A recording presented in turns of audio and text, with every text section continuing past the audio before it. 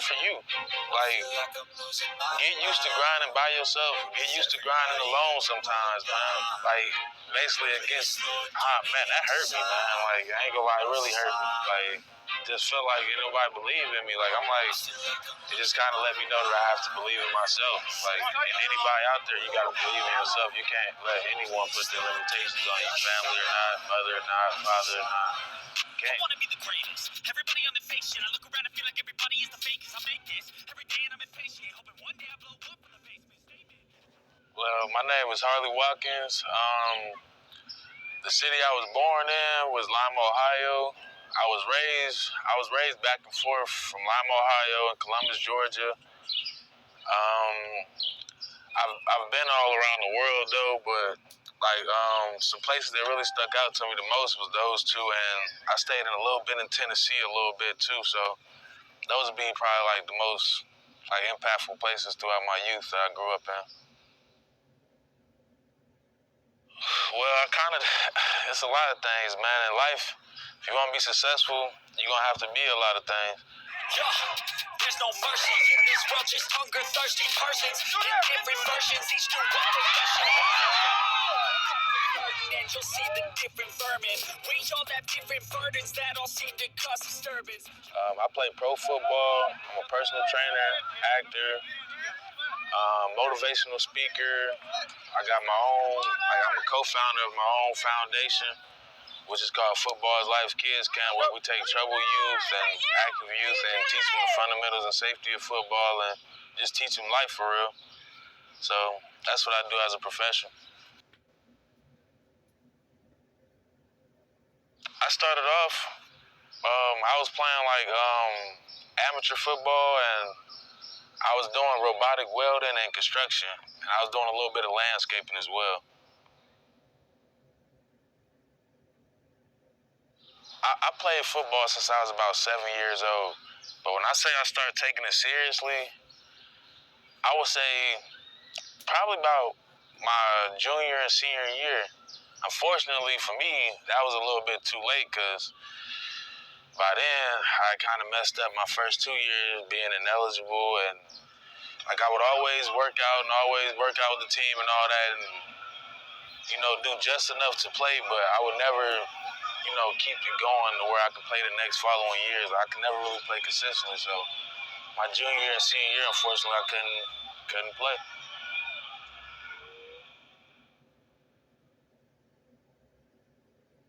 Honestly, I was hit with a big chunk of humbleness. Like, I graduated, realized I didn't have any college offers, and at that point I was kind of wondering like what I was going to do. So I enrolled in the local community college.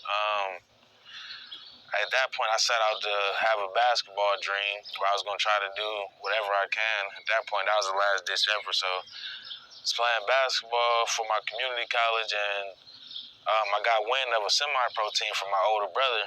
And I started playing semi-pro, and I'm just like, whichever one popped first. The thing that I like about football is just the discipline, and like it's just like football is organized fighting for real, man. If people don't really know, and it's just like learning the techniques. It's almost like it gives you superpowers. Like your time is different, your physicality is different, the way you approach life is different. Like you have to be a certain type of dedicated person to do gladiator sports like football, boxing, and hockey, MMA, like those type of sports.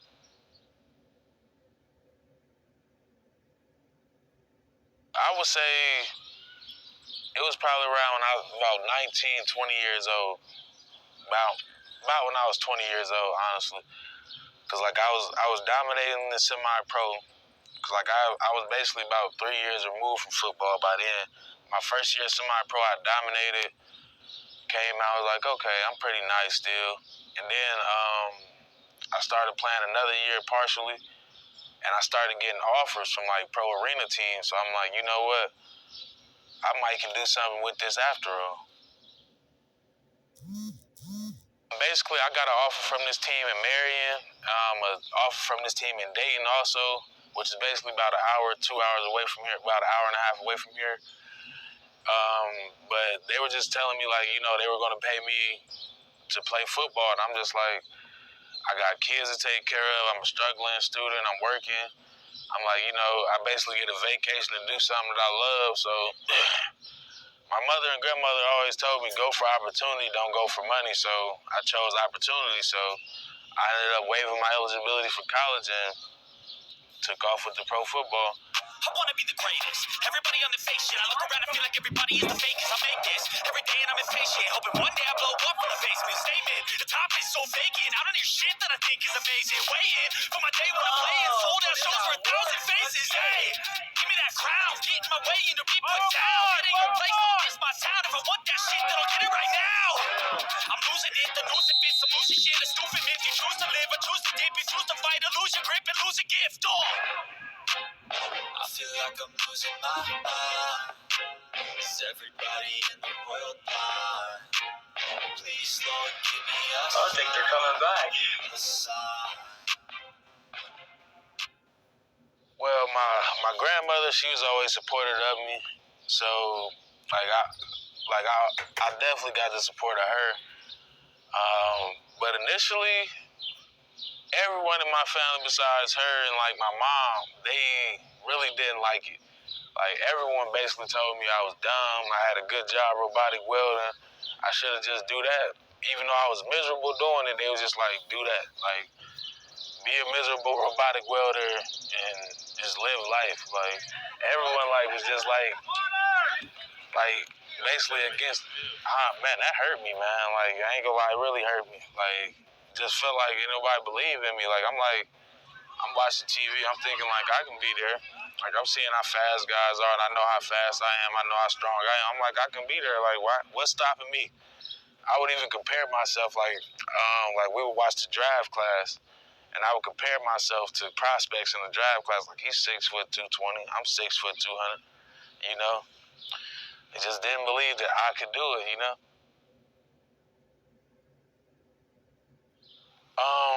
Honestly, I used it as motivation. Like I'm like, you know what? Like I made a pro team, and I was serious about it, obviously. And at that point, I'm already proving them wrong. So I'm like, all right, now I just got to prove that I'm worth it here. You know.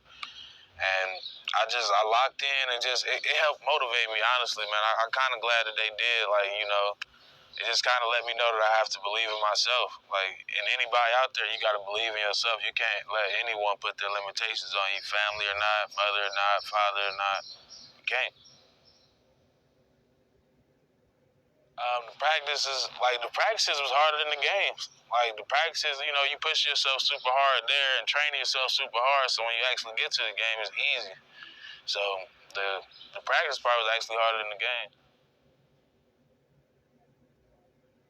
Honestly, man, it was bittersweet.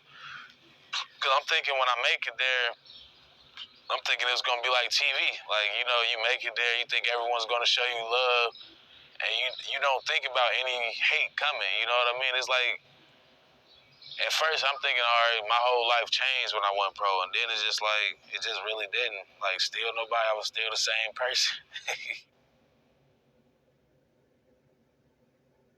Basically being extremely humble, being extremely dedicated, extremely persistent, and basically, man, you got to kind of be a kind of naive as far as like when it comes to optimism. Like you got to be like oblivious to like other people, because people are gonna look at you like you crazy. Like when you tell them you can do something, like people. Like, they don't really see that in you.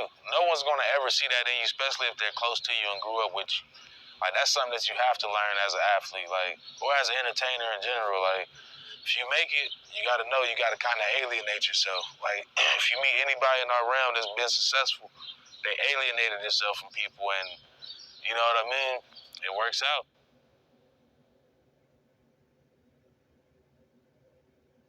Do it for you. Like, get used to grinding by yourself. Get used to grinding alone sometimes, man. Like a lot of guys, you know, they link up together, they form little cliques and all that, but it's like we weren't meant for that, man. Like back in the day, we'd literally sell by ourselves continents and continents and go conquer something. You know what I mean? So it's like just get used to being by yourself, man, and not being dependent on being in a group. And you know what I mean? Beta culture. I turned pro in 2014. So, man, it's a long time, man. But throughout those years, though, it's a lot of years that I played, like, 'cause I play year round. So it's a lot of those years I played 2 to 3 seasons inside those years. So even though it might have been, 7 or 8 years, I basically played about 16 seasons in between those years. I haven't played in the actual game, but I worked out for them 3 times. Now that experience, like, 'cause my first time I went, I just won a gold medal because I played with Team America and all that. So, like, I'm still, pretty naive, to the whole process and how it works. So I went, I did my little combine workout with everybody. It was probably about 100 guys there. And, like, they didn't tell me anything bad. Like, what got me is I'm thinking, like I said, the TV and the media, like the movies, you think coaches are just horrible. And you get there and realize, like, man, they talk to you like humans. Like, dude, they said you had good speed, good eye coordination. You can do better on your IQ because I kept getting, like, I was tried out for linebacker. I kept getting sucked in. Like, when I was reading for the run, I would get sucked in. And then, like, in the NFL, if you get sucked in too much, like, that little split second to be them getting a touchdown or them getting the first down. So they don't like when you get sucked up inside certain things. And you still got to be able to do coverage as well. So I was suspect on coverage, and basically my reading was a little bit slower. They wanted me to pick that up. So it was like a learning curve, like just telling me where I needed to be. Next time I came back, I worked out for linebacker and DN, like as a hybrid. And they basically, like, they taught me, like, that I needed to get a little bit more size to me because I had slimmed down the speed, like, to be able to get more speed so I can cover from the last time when I was talking to them. But I had lost a lot of my strength, like, when I was doing that. So they wanted me to bulk up next time I came. Next time I came, instead of being about 240, I was about 290. You know what I mean? About 270, 290. I could still move. I mean, not 270, but 280, 290 within that ballpark. Like, I could still move, but then it was like you're too heavy for the dimensions we want you to be at. So it's always the little invariables that'll get you. Stay dedicated to your craft, man. Don't give up on yourself. I don't care what nobody tells you. Just stay focused, stay dedicated, keep grinding. I feel like I'm losing my mind. Is everybody in the world blind? Please, Lord, give me a sign, a sign.